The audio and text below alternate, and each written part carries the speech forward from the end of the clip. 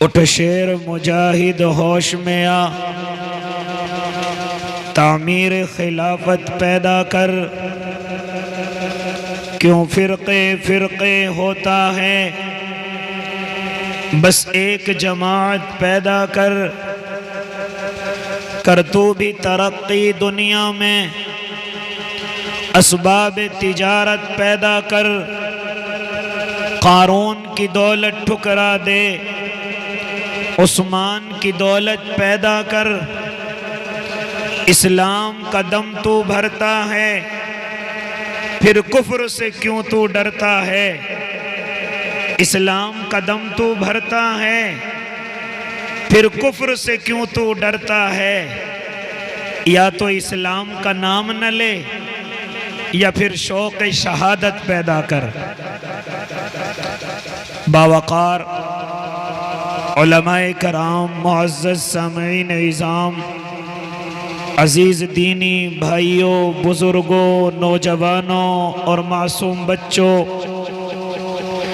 اور پردوں کے پیچھے سماعت فرمانے والی اسلامی مائیں اور بہنوں، سب سے پہلے میں قابل مبارکباد دوں گا ہم سب کے سرپرست، ہم سب کے بڑے، سادگی کے مالک، جن کے لیے کسی شاعر نے کیا خوب کہا ہے، نہ لالچ دے سکی تجھے سکوں کی جھنکاریں، نہ لالچ دے سکی تجھے سکوں کی جھنکاریں، تیرے دستے توکل میں ہے استغنا کی تلواریں۔ حضرت اقدس حضرت مولانا مفتی یحییٰ صاحب دامت برکاتہم العالیہ، جو اس وقت میں آپ کے جلسے کی نظامت بھی بڑی خوبصورتی اور ادب کے دائرے میں اور لفظوں کے انتخاب کے ساتھ ساتھ خوبصورت نظامت فرما رہے ہیں، دعا کریں اللہ حضرت کا سایہ دیر تک ہمارے اوپر قائم اور دائم فرمائے۔ اس کے علاوہ قابل مبارکباد ہیں وہ تمام نوجوان جنہوں نے کئی مہینے اس اللہ اور اس کے محبوب کی مجلس کے لیے اپنے راتوں کو اور دنوں کو ایک کیا اور اپنا خون پسینہ لا کر کے یہاں جمع کر دیا اور پھر یہ اتنا خوبصورت مجمع سجایا۔ آپ لوگ بھی انہی کی محنتوں کے باوجود یہاں پر تشریف لائے کہ جو اتنا بڑا مجمع نظر آ رہا ہے، یہ ان نوجوانوں کی کارکردگی ہے، ان کا اخلاص ہے اور اللہ کے یہاں مقبولیت کی علامت ہے کہ اللہ نے ان کی محنتوں کو قبول کیا اور تمہارے دلوں میں ان کے پروگرام کی ایک اہمیت کو ڈالا اور تم کھچے چلے آئے۔ دعا کریں اللہ آپ کا آنا قبول کرے، اور جب آپ یہاں سے اٹھ کر کے جائیں تو میرے اور آپ کے ہاتھ میں مغفرت کے پروانے ہوں کہ میں اور آپ بخشے بخشائے یہاں سے اٹھ کر کے جا رہے ہوں۔ اس کے علاوہ قابل مبارکباد ہیں وہ مکتب والے کہ جنہوں نے بڑی محنت کر کے ان معصوم بچوں کے سینوں میں اس دینیات کو پہنچایا، عقائد کی درستگی، الفاظ کی تصحیح اور بچوں کے ذہن کی مضبوطی، یہ تمام تر چیزیں ملا کر کے میں مبارک دوں گا ان کے والدین کو بھی اور ان تمام بچوں کے استاذوں کو بھی کہ اللہ ہم ان کا بدلہ نہیں دے سکتے، لیکن آپ جنت سے کم بدلے پر راضی نہ ہونا۔ میرے بھائی دعا کریں گے اللہ ان بچوں کو نیک صالح عالم با عمل بھی بنا دے۔ میرے بھائی اس وقت میں آپ رات کی اس تاریکی میں جمع ہوئے اور ان نوجوانوں کی آواز پر چلے آئے، انہوں نے آپ کو پکارا ذرا یہاں سے ایک گفتگو کرتا چلوں، یہاں سے ایک بات کو بڑھاتا چلوں۔ وہ بات کیا ہے؟ آپ دیکھ رہے ہیں کہ اتنا بڑا مجمع یہ ان نوجوانوں کی محنت کی وجہ سے ہے، ان نوجوانوں کی کاوشوں کی وجہ سے ہے۔ یہاں سے میں اور آپ اگر یہ سمجھیں، اگر نوجوان چاہیں تو اس زمین پر کیا نہیں کر سکتا، اگر نوجوان چاہیں اگر 2-4 مہینوں کی یا 2-4 دنوں کی محنت اللہ ایسے قبول کر لے اور تمام کے تمام انسانوں کو یہ نوجوان اپنی محنت سے اکٹھا کر لے تو ذرا غور کریں، اگر یہ نوجوان اور محنت کرنے لگ جائے اور اللہ سے مانگنے لگ جائے اور اللہ کے سامنے رونے لگ جائے تو یہ نوجوان کیا نہیں کر سکتا؟ یہ نوجوان کیا گل نہیں کھلا سکتا؟ یہ نوجوان کیا انقلاب نہیں لا سکتا؟ یہ نوجوان اس زمین پر کیا اسلام کا جھنڈا نہیں پھہرا سکتا؟ یہ نوجوان اللہ اور اس کے محبوب کو کیا اس زمین پر راضی نہیں کر سکتا؟ یہ نوجوان یہاں کے ظالموں کی آنکھوں میں آنکھیں ڈال کر کے بات نہیں کر سکتا؟ اگر یہ نوجوان چاہیں ذرا سی محنت اگر اللہ اس کی یہاں پر قبول کر سکتا ہے تو میرے بھائی یہ نوجوان کیا کچھ نہیں کر سکتا؟ کچھ بھی کر سکتا ہے۔ لیکن سب سے پہلے کیا ضروری ہے میرے بھائی؟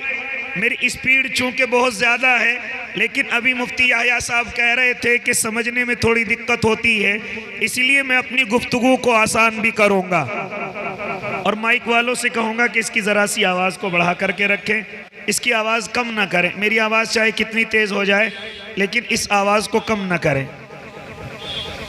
میرے بھائی تو میں آپ سے گفتگو کرنے چلا اپنے ان نوجوانوں کے بارے میں۔ نوجوان کیا کچھ نہیں کر سکتا؟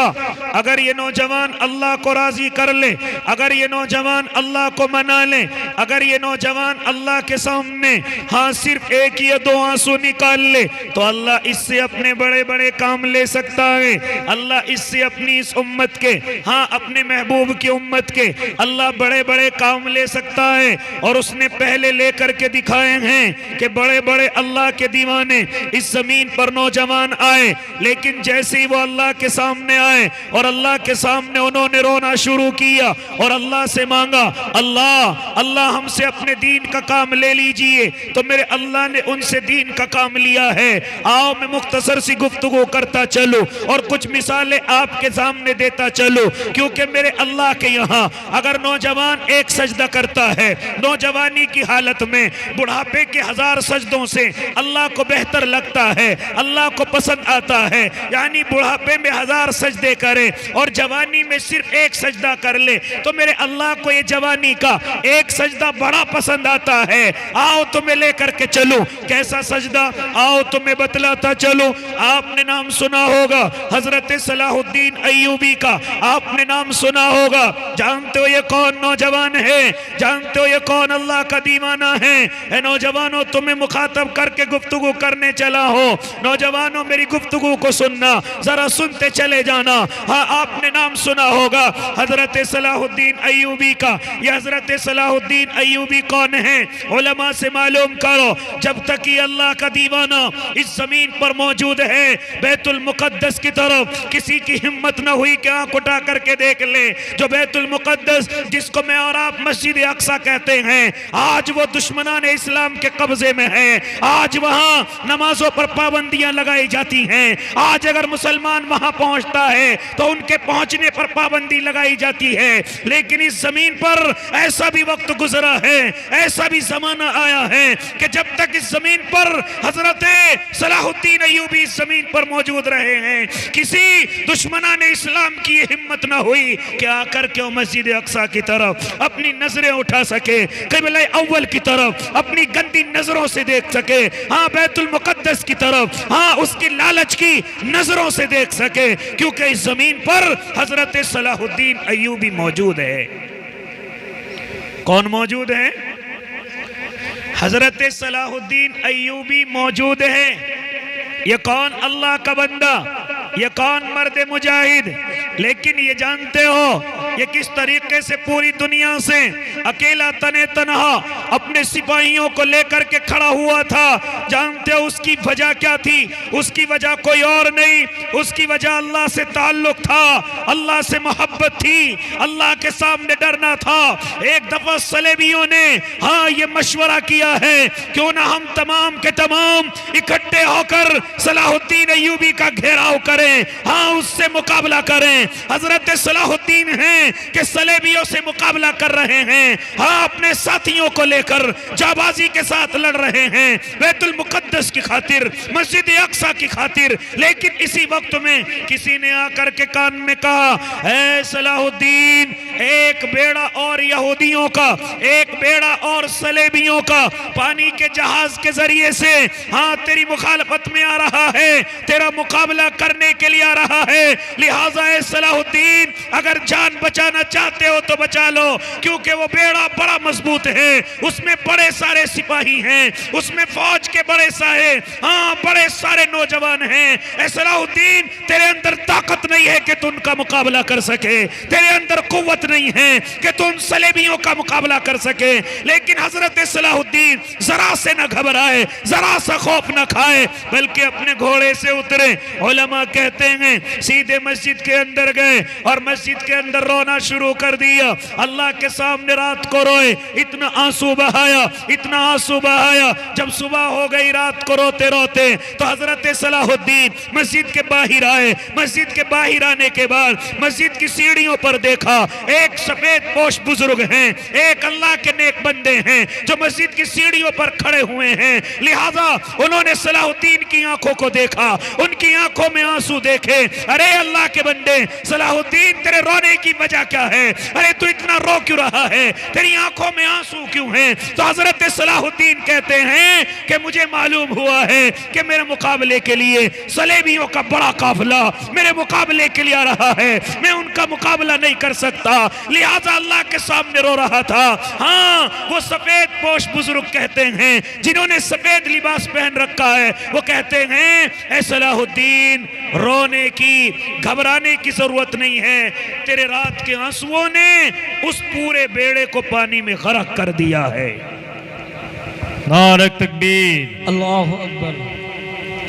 تیرے رات کے رونے نے اس پورے بیڑے کو غرق کر دیا ہے۔ اے نوجوان، تجھ سے گفتگو کرنے چلا، کسی کو کوسنے کی ضرورت نہیں، کسی کو برا کہنے کی ضرورت نہیں، مجھے اور آپ کو آج ضرورت ہے، اور میرے نوجوانوں کو خاص طور سے، کہ میں اور آپ اللہ کے دربار کے اندر آئیں، خاص طور سے نوجوان آئیں۔ میرا اللہ تمہارے سجدوں کے انتظار میں ہے، تمہارے آنسوؤں کے انتظار میں ہے کہ کس طریقے سے نوجوان آئیں اور میرے دربار میں آ کر ایک آنسو بہا دیں، پھر دیکھ کتنی بڑی طاقت تیرے سامنے کیوں نہ ہو، پھر دیکھ کتنا ہی بڑا ظالم تیرے سامنے کیوں نہ ہو، لیکن تیرا مقابلہ نہیں کر سکتا۔ اس کی وجہ کیا ہوگی؟ اس کی وجہ یہ ہوگی اے نوجوان تیرے ساتھ اللہ ہوگا، اے نوجوان تیرے ساتھ اللہ کی طاقت ہوگی، لہٰذا مجھے اور آپ کو چاہیے کہ میں اور آپ اپنے اللہ کو منائیں، میں اور آپ اپنے اللہ کو راضی کریں، ہاں آ کر کے اللہ کے سامنے اپنے آنسوؤں کو بہائیں۔ آؤ میں بتلا رہا تھا حضرت صلاح الدین ایوبی ایک آنسو بہایا اور اللہ نے قبول کر لیا، پانی میں بیڑے کو غرق کر دیا۔ آؤ تمہیں بتلاتا چلو، ایک نام اور آپ نے سنا ہوگا، وہ کوئی اور نام نہیں، آؤ معلوم کرو علماء سے، وہ نام محمد بن قاسم ہے۔ اللہ کا یہ شیر بھی بغداد کی سرزمین سے اٹھا تھا، اور نوجوانوں اس کی عمر زیادہ نہیں تھی، صرف 17 یا 18 سال کا نوجوان ہے۔ علماء بتلاتے ہیں، مفتیان اکرام اپنی کتابوں میں لکھتے ہیں کہ اس نوجوان کی عمر زیادہ نہیں، صرف 17 یا 18 سال کا نوجوان ہے، ہاں بغداد کی زمین پر رہتا ہے۔ اس کی نوجوانی کے عالم میں ایک واقعہ ایسا پیش آیا، ذرا سنیں۔ ایک قافلہ ہندوستان کی زمین سے یہاں سے گزرتا ہوا جا رہا ہے، وہ قافلہ مسلمانوں کا ہے، وہ قافلہ مسلم بچیوں کا ہے، وہ قافلہ اللہ کی نیک بندیوں کا ہے، لیکن جیسے ہی وہ قافلہ اس سرزمین سے گزر کر کے گیا تو یہاں کے کچھ ڈاکوؤں نے، یہاں کے کچھ قزاقوں نے اس قافلے کو لوٹ لیا۔ ہاں ان کی جو بچیاں ہیں ان کے دوپٹوں کو اچھالا گیا، ان کی عزتوں کو نیلام کیا گیا، چنانچہ انہی میں سے ایک بچی پکار کر کے کہتی ہے، ارے ہے کوئی دنیا کے اندر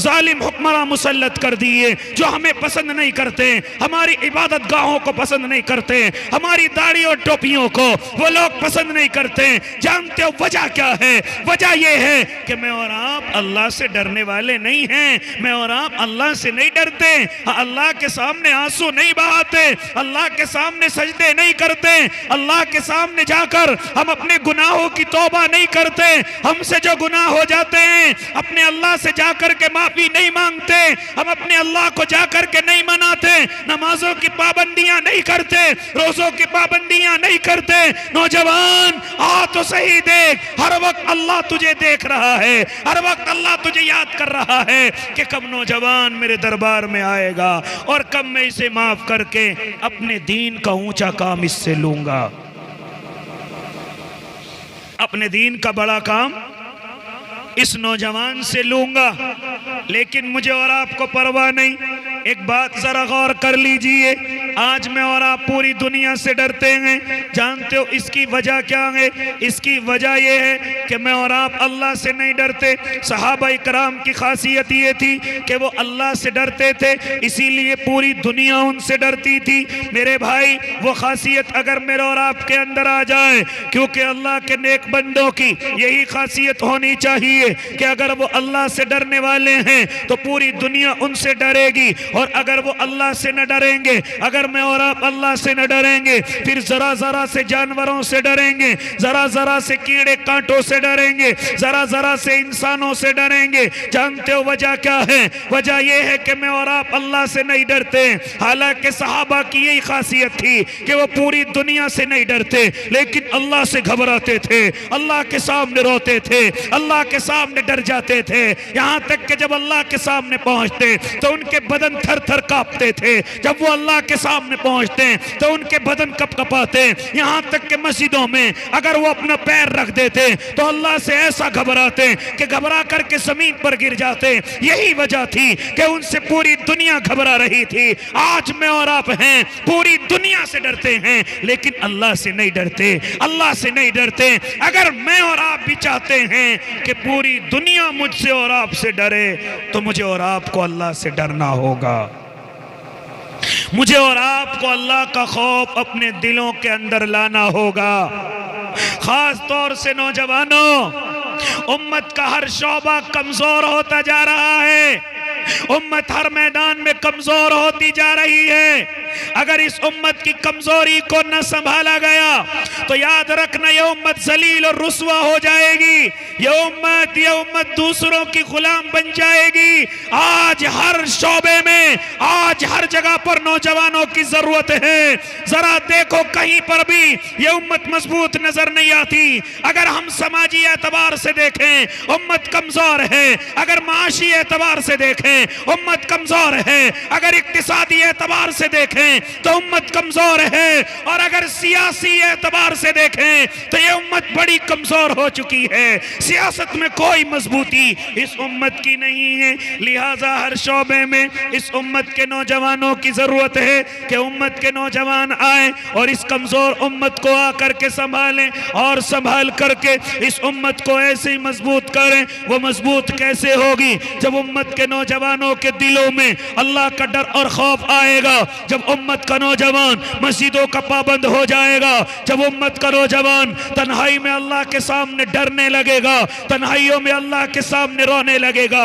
اگر اللہ سے ڈرنے والا ہو جائے پھر زمانہ کیسا ہوگا؟ پھر زمانہ وہ ہوگا جو صحابہ اکرام کے وقت تھا کہ اگر صحابہ اکرام، ارے تم انسانوں کی بات کرتے ہو، ارے اگر یہ صحابہ کا قافلہ اگر جانوروں کے کسی جنگل کے اندر بھی چلا گیا تو انہوں نے آواز لگائی۔ کیا آپ کو معلوم نہیں کہ حضرت عقبہ ابن عامر ہیں جو افریقہ کے جنگلوں تک پہنچے ہیں؟ افریقہ کے جنگلوں میں جا کر ان کے ساتھ صحابہ کی جماعت ہے، ان کے ساتھ اللہ سے ڈرنے والوں کی جماعت ہے۔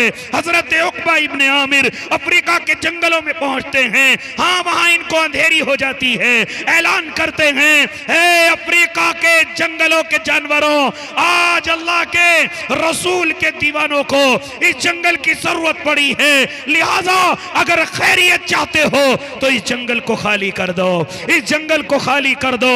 یہاں اللہ کے نبی کے صحابہ رہنے آئے ہیں، اللہ کے نبی کے دیوانے آئے ہیں، اللہ سے ڈرنے والے، ہاں اس کے نیک بندے آئے ہیں۔ لہٰذا اے افریقہ کے جنگل کے جانوروں، جتنا جلد ہو سکے اس جنگل کو خالی کر دو، اس جنگل کو خالی کر دو۔ ہاں کتابوں میں لکھا گیا کہ جنگل کے جانور ایسے جا رہے تھے جیسے فاتح قوم کو دیکھ کر مفتون نکلا کرتے ہیں۔ بڑے بڑے شیر اور چیتے اپنے چھوٹے چھوٹے بچوں کو اپنے سینوں سے لگا کر ہاں اس جنگل کو خالی کر رہے تھے۔ کیوں؟ اس لیے کہ اللہ سے ڈرنے والے آ گئے تھے۔ میرے بھائی وہ دن اب بھی دور نہیں، لیکن شرط یہ ہے کہ میں اور آپ اللہ سے ڈرنے والے ہوں، میری اور آپ کی رات کی تنہائیاں اللہ سے ڈرنے والی ہو، میں اور آپ راتوں کو اپنے رب کو منانے والے ہوں۔ اور یاد رکھنا کبھی کبھی دل کے اندر یہ خیال آتا ہے، کبھی کبھی یہ بات دل کے اندر آ جاتی ہے، ارے ہم نے بڑے گناہ کیے، اللہ ہمیں کیسے معاف کرے گا؟ ہم نے بڑی غلطیاں کی، اللہ ہمیں کیسے معاف کرے گا؟ ارے ہم نے نشے کی حالت میں اپنی زندگی گزاری، اللہ کیسے معاف کرے گا؟ ہم نے قتل و غارت گیری میں اپنی زندگی گزاری، اللہ کیسے معاف کرے گا؟ ہاں ہم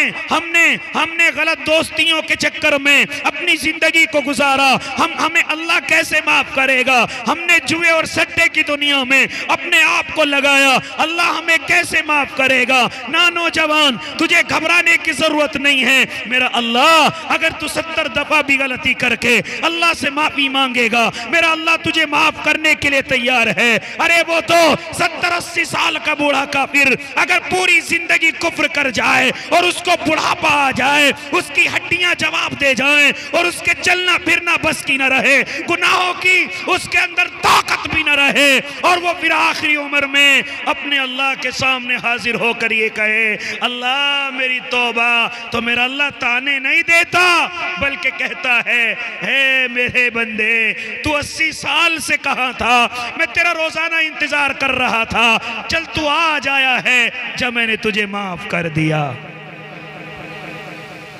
جب میں نے تجھے کیا کر دیا؟ معاف کر دیا۔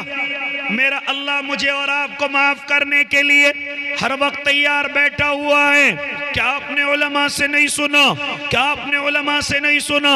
ایک گفتگو کرنے چلا ہو، آپ نے ایک نام سنا ہوگا قارون کا، حضرت موسیٰ علیہ السلام کے زمانے کا۔ یہ بڑا کافر ہے، حضرت موسیٰ کو نہیں مانتا، حضرت موسیٰ کو نبی نہیں مانتا، اللہ کو نبی نہیں مانتا۔ میں بات کرنے چلا اپنے اللہ کی رحمتوں کی، میں بات کرنے چلا اپنی اللہ کی طرف سے معافی کی، میں بات کرنے چلا اللہ کی غفور الرحیم کی، میں بات کرنے چلا کہ میرا اللہ ہر وقت مجھے اور آپ کو اور مجھ سے بڑے بڑے گناہگاروں کو اللہ ہر وقت معاف کرنے کے لیے تیار ہے۔ آؤ تمہیں بتلاتا چلو، تم نے نام سنا قارون کا، جانتے ہو یہ قارون کون ہے؟ اس نے حضرت موسیٰ پر تہمت لگائی، اس نے حضرت موسیٰ کے دامن کو داغدار کیا، اس نے نبوت کو داغدار کیا، زنا کی تہمت لگائی۔ میں تفصیلی گفتگو میں جانا نہیں چاہتا۔ حضرت موسیٰ پر الزام لگایا، حضرت موسیٰ چونکہ غصے والے ہیں، ہاں اللہ سے کہتے ہیں اے اللہ تیرے نبی کی نبوت کو اس نے داغدار کیا، اب اس کے ساتھ کرنا کیا ہے؟ میرے اللہ کی طرف سے جواب آیا اے موسیٰ یہ زمین تیرے تابع ہے، اے موسیٰ یہ زمین تیری حکم کتابیں ہے، جو تو اس زمین کو حکم کرے گا یہ زمین تیرے کہنے کو مانے گی، لہٰذا تو اس کو حکم کر دے۔ حضرت موسیٰ نے حکم کر دیا اے زمین اس قارون کو مال اور دولت سمیت اپنے اندر سمیٹ لے، اپنے اندر کو لے جا۔ چنانچہ زمین پھٹ گئی، قارون اپنے مال سمیت زمین کے اندر دھستا گیا، لیکن وہ حضرت موسیٰ سے معافی مانگتا ہے اے موسیٰ مجھے معاف کر دو۔ 1 مرتبہ معافی مانگتا ہے، 100 مرتبہ معافی مانگتا ہے،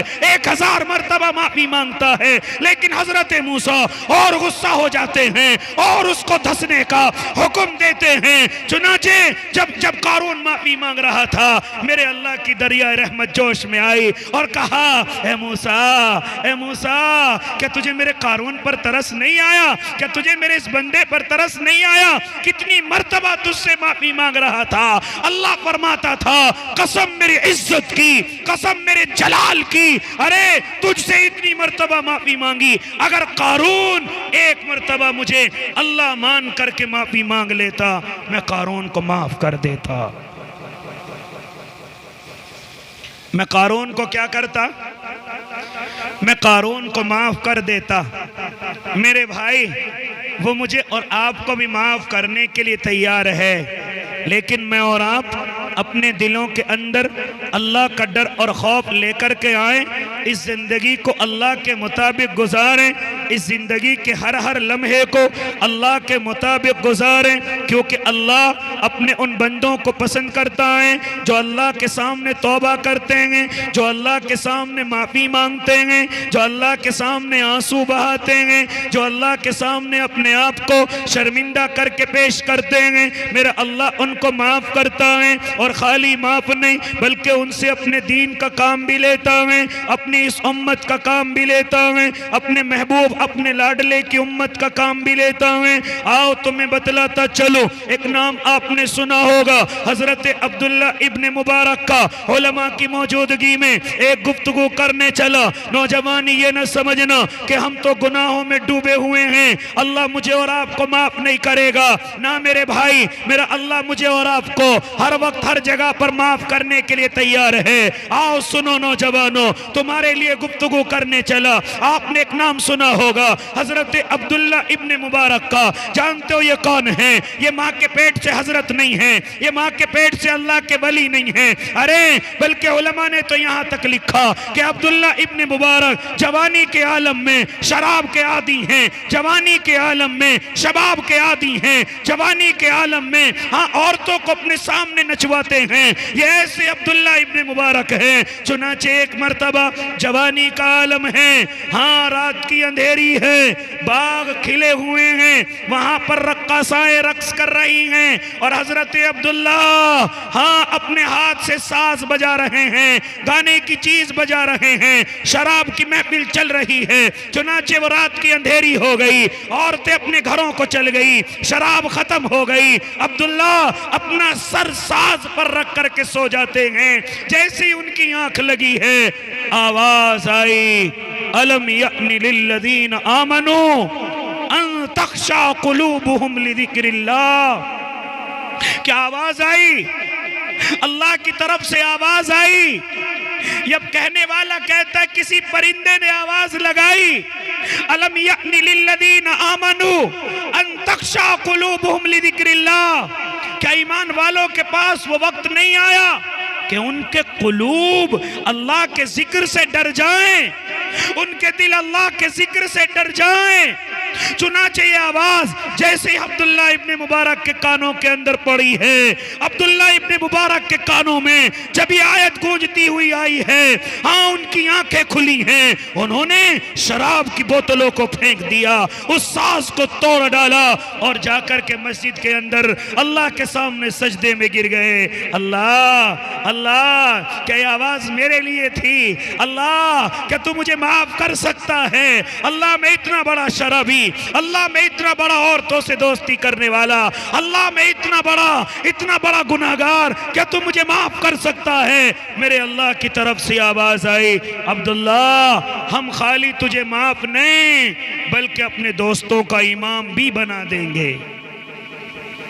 ہم خالی تجھے معاف نہیں کریں گے بلکہ تیری معافی کو قبول کر کے ہم اپنے ولیوں کا تجھے امام بنائیں گے، ہم اپنے ولیوں کا تجھے دوست اور ان کا امام بنائیں گے۔ چنانچہ بھائی اللہ نے ان کی توبہ قبول کی۔ اب ذرا سنتے چلے جائیں اللہ نے ان سے کتنا کام لیا، اب ذرا سنتے چلے جائیں۔ علماء یہاں موجود ہیں، میں ان کی موجودگی میں یہ بات کہنے لگا، جب اللہ کسی سے اپنا کام لینے پر آتا ہے، اپنی دین اور دنیا کا کام لینے پر آتا ہے، تو میرا اللہ پھر عبداللہ ابن مبارک جیسوں کو اللہ توبہ کی توفیق دیتا ہے۔ جب حضرت حضرت عبداللہ نے معافی مانگی اور اللہ نے ان کی توبہ کو قبول کیا، اللہ نے ان کی معافی کو قبول کیا۔ چنانچہ وہ سجدے سے سر اٹھا کر اپنے گھر پر آئے، اپنے والد صاحب سے کہا والد صاحب مجھ سے وہ کام کچھ لے لیجئے۔ چنانچہ والد صاحب گھر کے اندر جاتے ہیں اور 40,000 درہم لے کر کے باہر آتے ہیں اور کہتے ہیں عبداللہ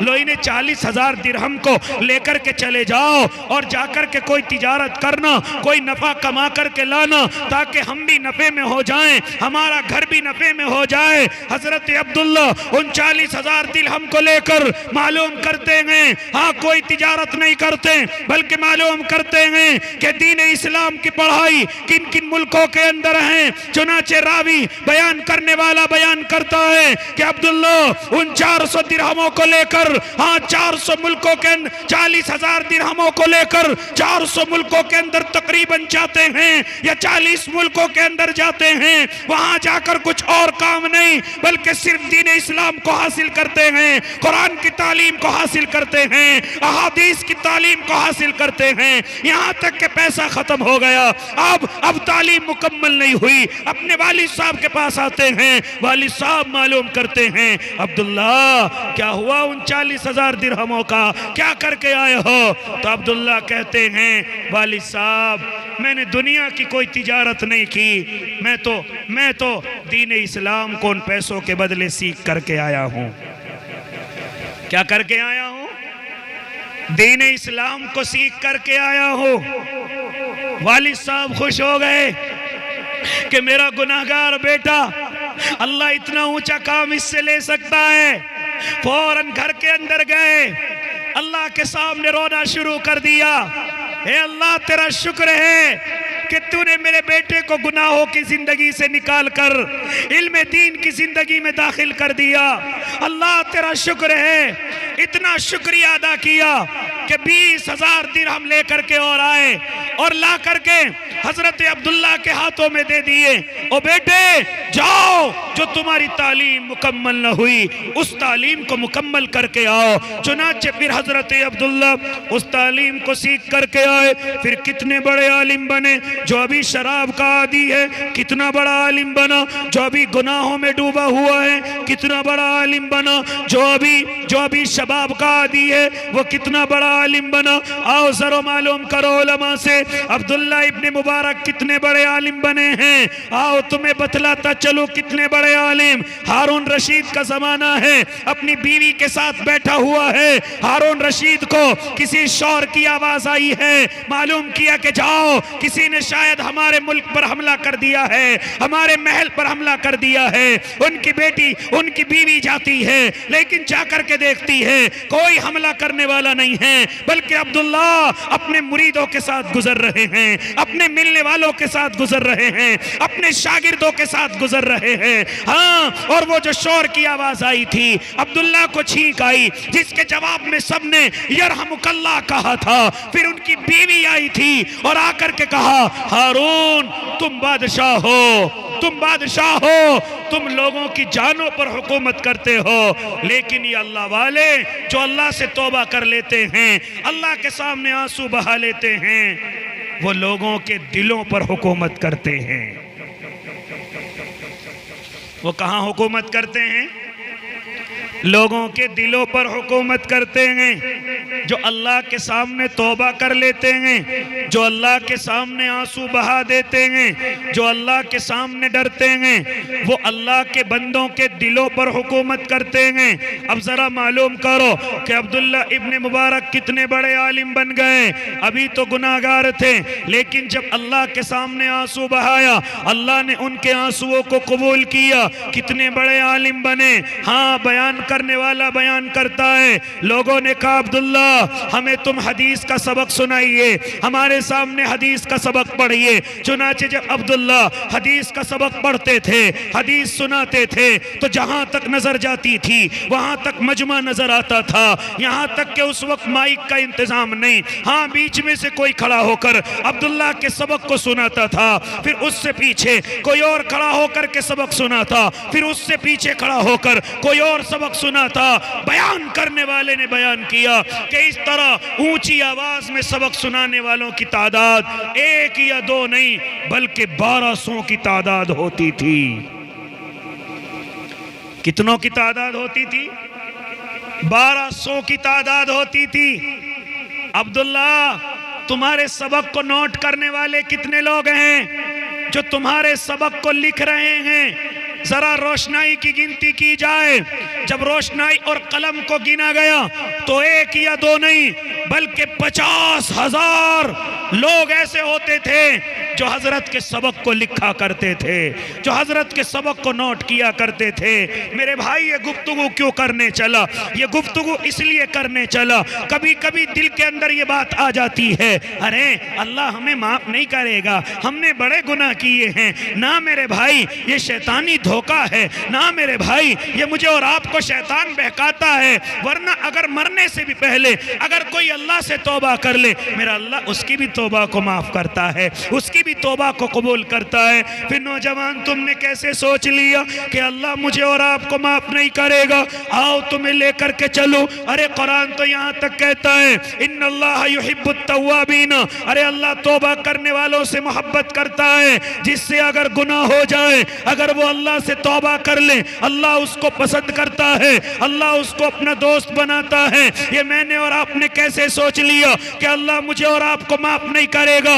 آؤ تمہیں لے کر کے چلو، اللہ کے نبی کا زمانہ ہے، میرے اور آپ کے آقا کا زمانہ ہے۔ حضرت عمر فرماتے ہیں میں گلی کے اندر سے گزر رہا ہوں، میں نے ایک نوجوان کو دیکھا کہ وہ بڑا زارو قطار رو رہا ہے، میں نے ایک نوجوان کو دیکھا وہ راستے میں رو رہا ہے اور بڑا زارو قطار رو رہا ہے۔ حضرت عمر کہتے ہیں میں اس نوجوان کے پاس گیا، میں اس نوجوان کے پاس پہنچا اور میں نے جا کر کے نوجوان سے کہا نوجوان ارے تیرے رونے کی وجہ کیا ہے؟ ارے تو رو کیوں رہا ہے؟ کہا عمر چلے جاؤ مجھے رونے دیا جائے، مجھے رونے دیا جائے، آخر تیرے رونے کی وجہ کیا ہے؟ کہا میں گناہ کر بیٹھا ہوں۔ کہا گناہ کیا کیا؟ کہا کہ نہیں بتاؤں گا، مجھے اللہ معاف نہیں کرے گا۔ یہ کہہ کر کے روتا رہا روتا رہا۔ حضرت عمر کہتے ہیں کہ میں اس نوجوان کے پاس سے گزر آیا، میں اللہ کے نبی کی خدمت میں پہنچا اور جا کر کے عرض کیا یا نبی اللہ آپ کی امت کا ایک نوجوان راستے کے اندر رو رہا ہے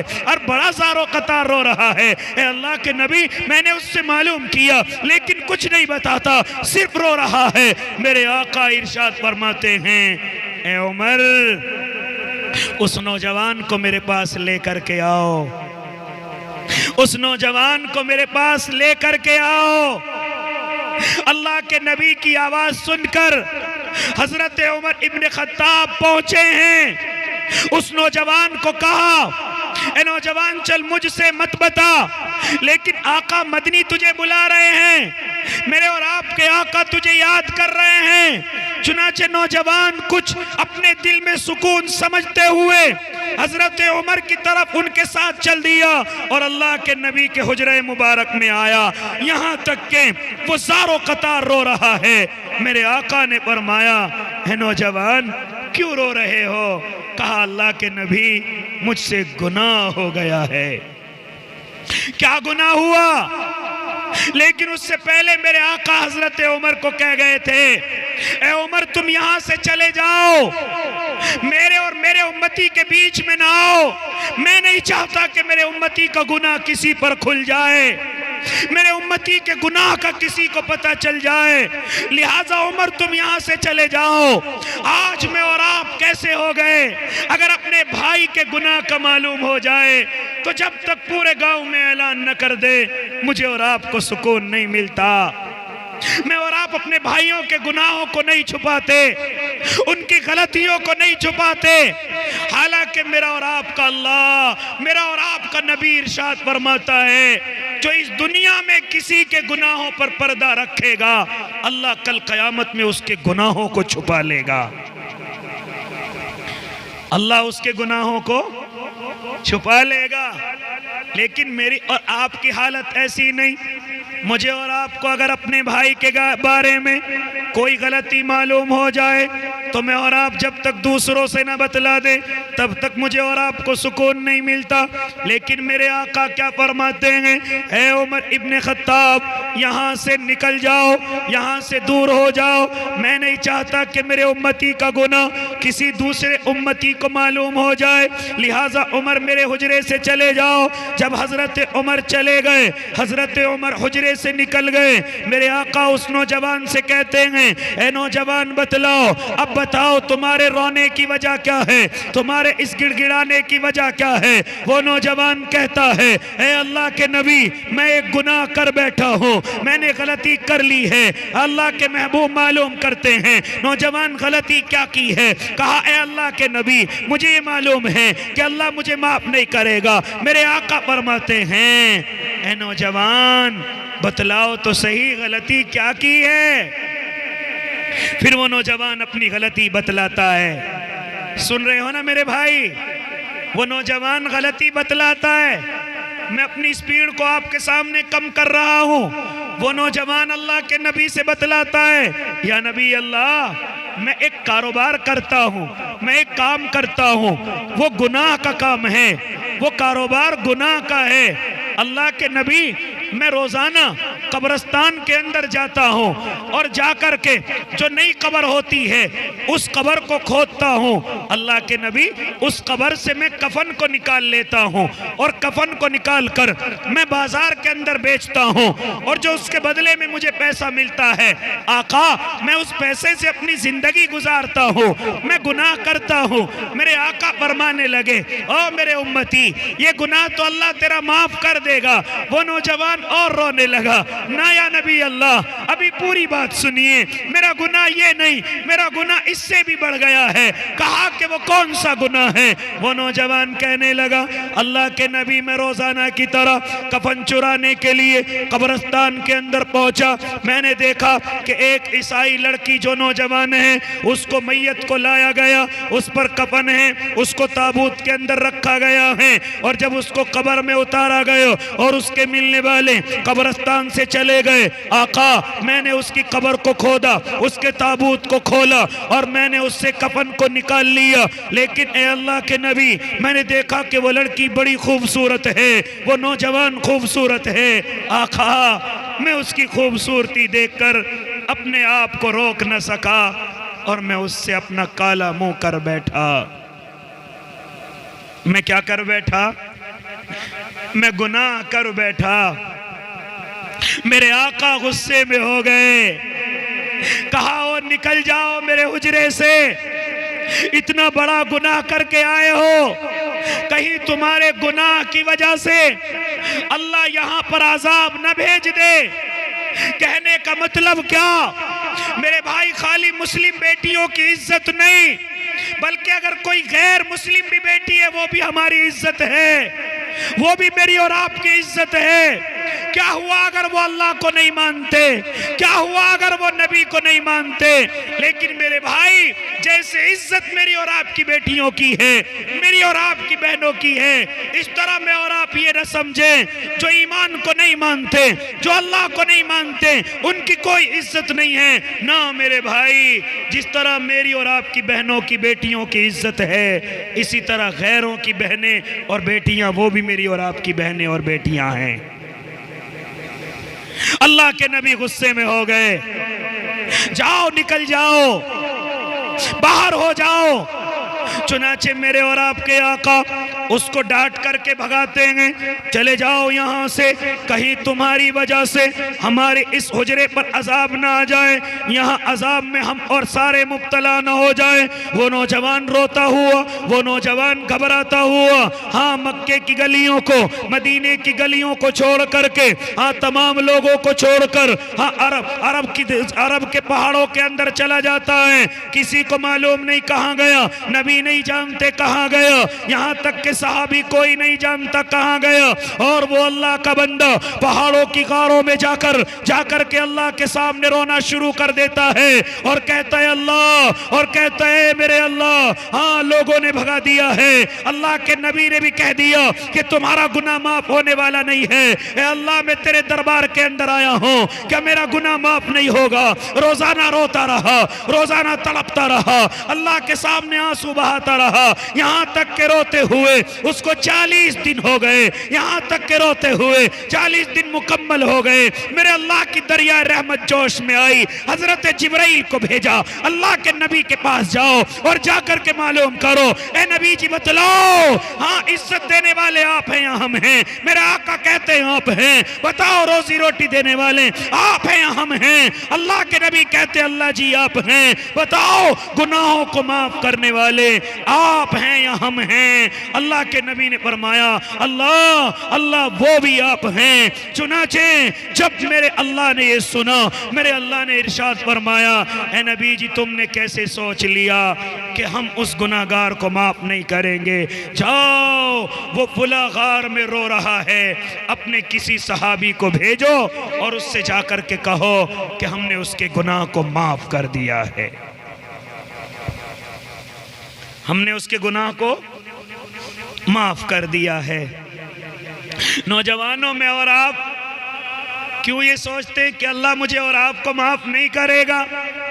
میرے اور آپ کے دلوں میں یہ خیال کہاں سے آیا کہ مجھے اور آپ کو اللہ معاف نہیں کرے گا؟ ارے اس نے بڑے بڑے گناہگاروں کو معاف کیا، بڑے بڑے خطا کاروں کو معاف کیا، لیکن اگر میں اور آپ پھر گفتگو اپنی دہرانے چلا، پھر اپنی بات کو دہرانے چلا، اگر میں اور آپ چاہتے ہیں کہ اس زمین کے حکمراں ہو جائیں، میں اور آپ چاہتے ہیں یہ پوری دنیا اور اس کے لوگ مجھ سے اور آپ سے گھبرانے لگیں، تو مجھے اور آپ کو چاہیے کہ میں اور آپ اپنے اللہ سے ڈرے، میں اور آپ اپنے اللہ کے سامنے راتوں کی تنہائیوں میں آنسو بہائیں، راتوں کے اندھیروں میں اپنے آنسو بہائیں۔ اگر ایک بھی آنسو نکل گیا، یاد رکھنا اگر زمین پر ایک بھی سجدہ نہ کیا، رب کعبہ کی قسم میرا اللہ مجھے اور آپ کو معاف کرنے کے لیے تیار ہے۔ ایک مرتبہ توبہ تو کریں۔ میں اپنی بہنوں سے کہنے چلا، میں اپنی بہنوں سے کہنے چلا، میں اپنی ماں سے کہنے چلا، ارے یہ نہ سمجھنا کہ صرف محنت کر کے لوگ ہی اللہ کے قریب ہو سکتے ہیں، لوگ ہی اللہ کے ولی بن سکتے ہیں۔ نہ میری بہنوں، اگر تم بھی توبہ کرو گی، اگر تم بھی اللہ کے سامنے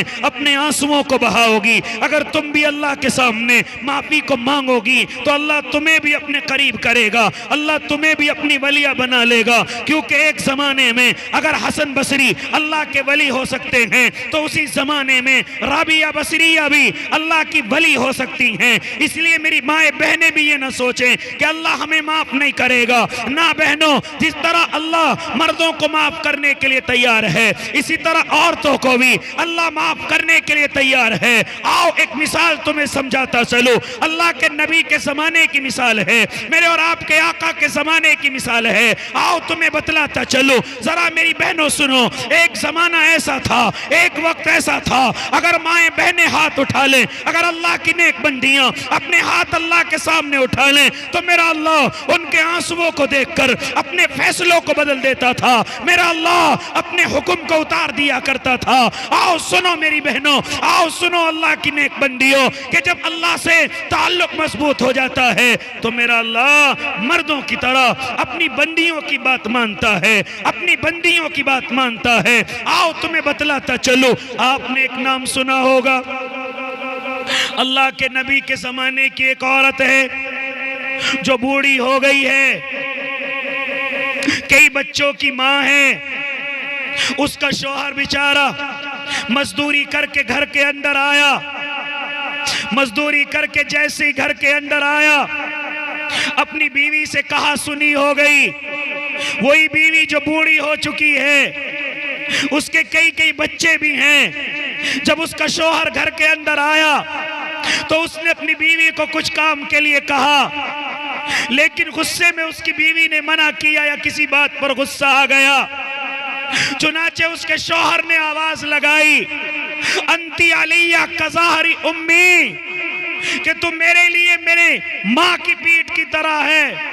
مفتی صاحب تشریف رکھتے ہیں، یہ زہار کا مسئلہ ہے۔ اگر کوئی اپنی بیوی کو اپنی ماں سے یا اپنی ماں کی پیٹھ سے تشبیہ دے دے یا حرمت کی چیزوں سے تشبیہ دے دے تو اس پر زہار ہو جایا کرتا ہے۔ کیا ہے؟ نکاح کی کوئی صورت نہیں، بیوی نکاح سے نکل جاتی ہے۔ اللہ کے نبی کے اس زمانے میں اگر کوئی اپنی عورت سے زہار کر لیا کرتا تھا تو کوئی صورت نہ تھی کہ نکاح کے اندر واپس آ جائے۔ چنانچہ اس صحابی نے اپنی بیوی کو کہہ دیا انتی علیہ کظہری امی، کہ تو میرے لیے میری ماں کی پیٹھ کی طرح ہے۔ زہار کر بیٹھا، یعنی کہ بیوی اس کے نکاح سے نکل گئی۔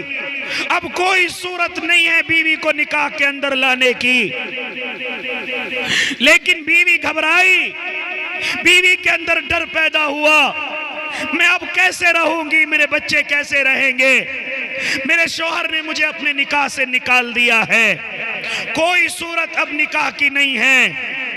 میرے بھائی، آج تو زمانہ ایسا ہو گیا، آج تو وقت ایسا ہو گیا کہ لڑائی ہوتی ہیں اپنی بیویوں کو طلاق تک دے دیتے ہیں، لیکن پھر کہتے کوئی سننے والا نہیں، کسی نے دیکھا نہیں۔ بیویاں بھی ایسی رہ رہی ہوتی ہیں اور شوہر کو بھی کوئی پرواہ نہیں ہے، حالانکہ وہ طلاق کے بعد اگر میاں بیوی رہتے ہیں تو میاں بیوی نہیں ہے، وہ اجنبی ہیں۔ معلوم کر لینا مفتی صاحب سے کہ وہ پھر نکاح نہیں، وہ زنا ہو جاتا ہے، پوری زندگی زنا رہتا ہے۔ کیا فرمایا تھا میرے آقا نے؟ کیا فرمایا تھا کہ قرب قیامت میں ایک زمانہ آئے گا شوہر اپنی بیویوں سے زنا کریں گے۔ حدیث سمجھ نہیں آئی، اللہ کے نبی بات سمجھ نہیں آئی کہ شوہر اپنی بیویوں سے زنا کیسے کریں گے؟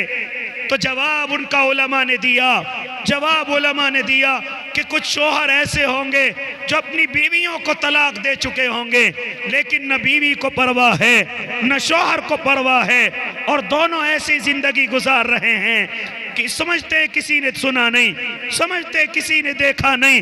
میرے بھائی، کوئی دیکھے یا نہ دیکھے، سنے یا نہ سنے، لیکن میرے اللہ نے سنا بھی ہے اور دیکھا بھی ہے۔ اور یاد رکھنا، وہ جب تک دنیا میں رہیں گے زنا کرتے رہیں گے۔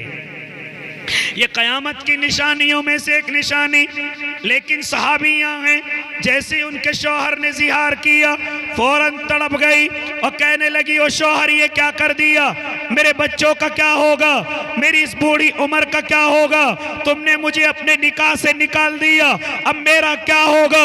لیکن شوہر پچھتا رہا ہے، پچھتانے سے کوئی فائدہ نہیں، جب طلاق کے لفظ زبان سے نکل جائے پھر پچھتاتے رہو، پچھتانے سے کوئی فائدہ نہیں۔ اب تو بیوی نکاح سے نکل چکی ہے، چنانچہ وہ بیوی بھی پچھتائی اور رونے لگی، اور روتے ہوئے سیدھی اللہ کے نبی کے دربار میں پہنچی، اور جا کر کے حضرت عائشہ فرماتی ہیں کہ جب وہ بوڑھی اماں ہمارے گھر کے اندر داخل ہوئی، ہاں میں اس وقت میں اللہ کے نبی کے بالوں میں کنگا کر رہی ہوں، اللہ کے نبی کے بالوں کو سیدھا کر رہی ہوں، میں نے دیکھا کہ ایک بوڑھی عورت گھر کے اندر داخل ہوئی اور کہا اللہ کے نبی میرے اوپر ظلم ہو گیا، اللہ کے نبی میرے اوپر میرے شوہر نے ظلم کیا۔ کہا کیا ہوا؟ کہا میرے شوہر نے مجھ سے زہار کر لیا ہے، مجھے اپنے نکاح سے نکال دیا ہے، اب کوئی صورت نہیں ہے کہ میں اس کے نکاح کے اندر جاؤں۔ اے اللہ کے نبی کوئی حل تلاش کرو، اے اللہ کے نبی کوئی حل بتاؤ تاکہ میں اپنے شوہر کے نکاح میں جاؤں، تاکہ میں اپنے بچوں کو پال پوس سکوں۔ اس بڑھاپے کی حالت میں مجھے کون دیکھے گا، میرے بچوں کو کون دیکھا گا، اس لیے اللہ کے نبی میرے لیے کوئی حل تلاش کرو۔ چونکہ کوئی وحی اتر کر کے نہیں آئی، میرے آقا فرمانے لگے اماں میں اس میں کچھ نہیں کر سکتا، کیونکہ فیصلہ یہی ہے کہ اب آپ اپنے شوہر کے نکاح میں نہیں جا سکتی، آپ اپنے شوہر کے نکاح میں داخل نہیں ہو سکتی۔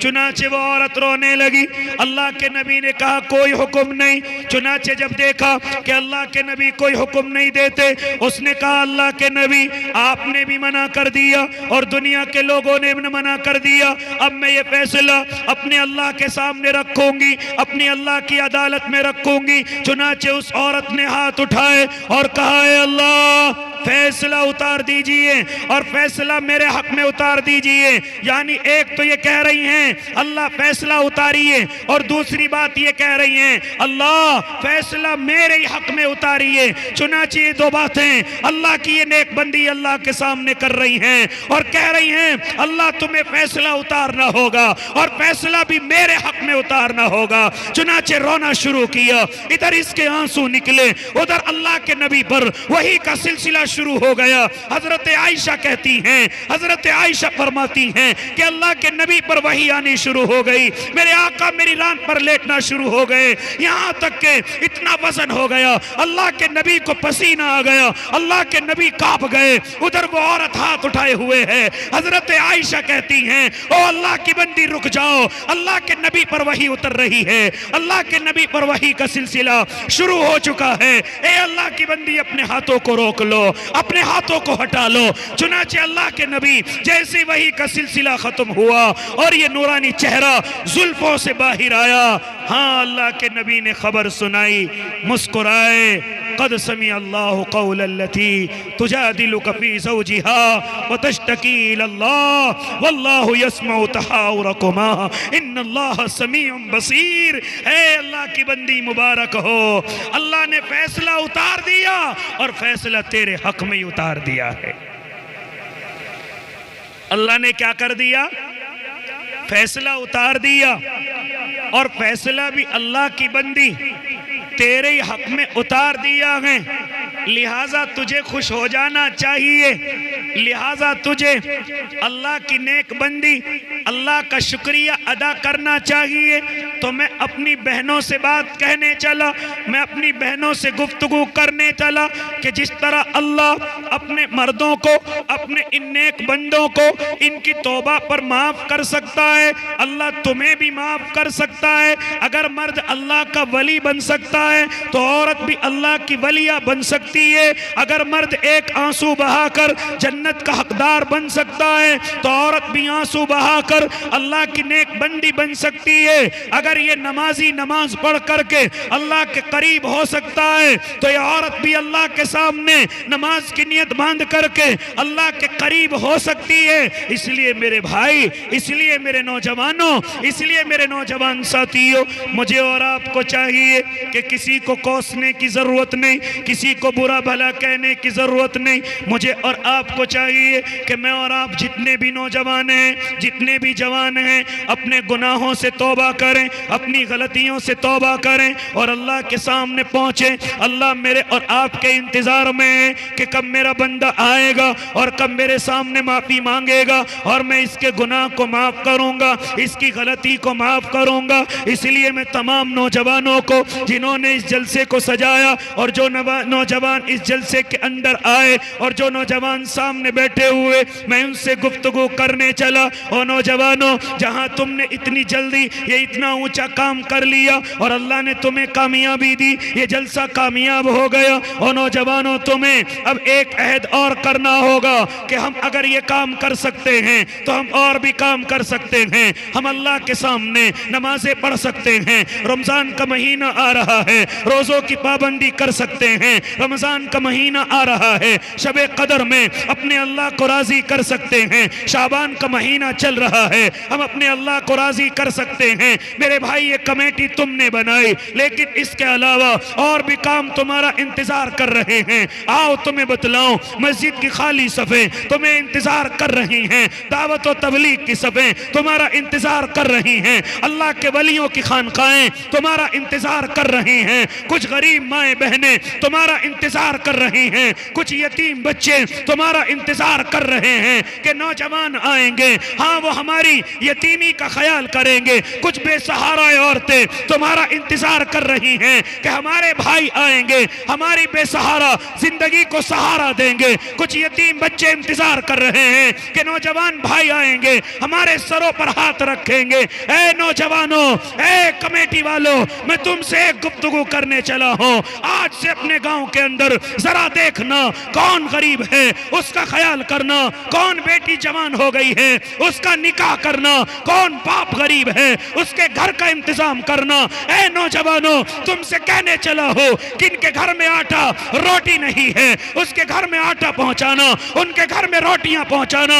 ذرا دیکھنا کچھ یتیم بچے، کچھ بے سہارا بچے تمہیں ایسے نظر آئیں گے۔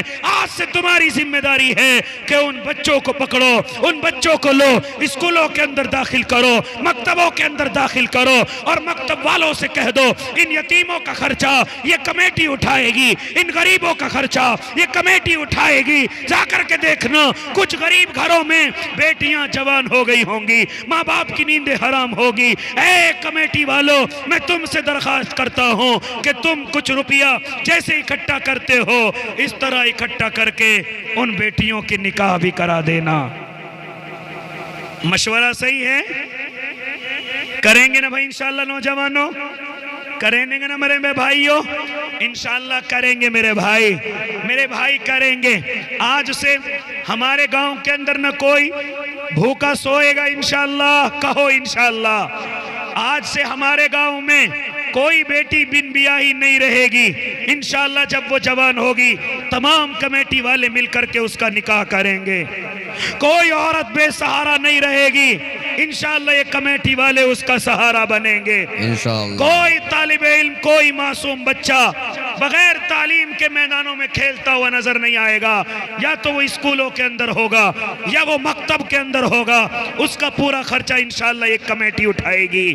اور جب یہ کمیٹی مضبوط ہو جائے گی تو گاؤں والوں اس کمیٹی کے نوجوانوں کو پھر تمہیں سیاست میں بھی لے کر کے آنا ہے، پھر تمہیں ان کی سیاست بھی چمکانی ہے کہ تمہارے گاؤں پر ذمہ داری کو اٹھانے والے کوئی اور نہیں ہوں گے، یہی نوجوان ہوں گے۔ اس گاؤں کے مکھیا یہی نوجوان ہوں گے، اس گاؤں کے پردھان یہی نوجوان ہوں گے، اس علاقے کے ذمہ دار انشاءاللہ یہی کمیٹی والے ہوں گے۔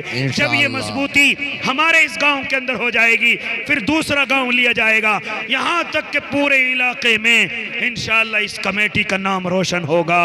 اور اللہ سے دعا کرتا ہوں اللہ اس کمیٹی کو شر سے بچا کر کے رکھے، حاسدین کے حسد سے بچا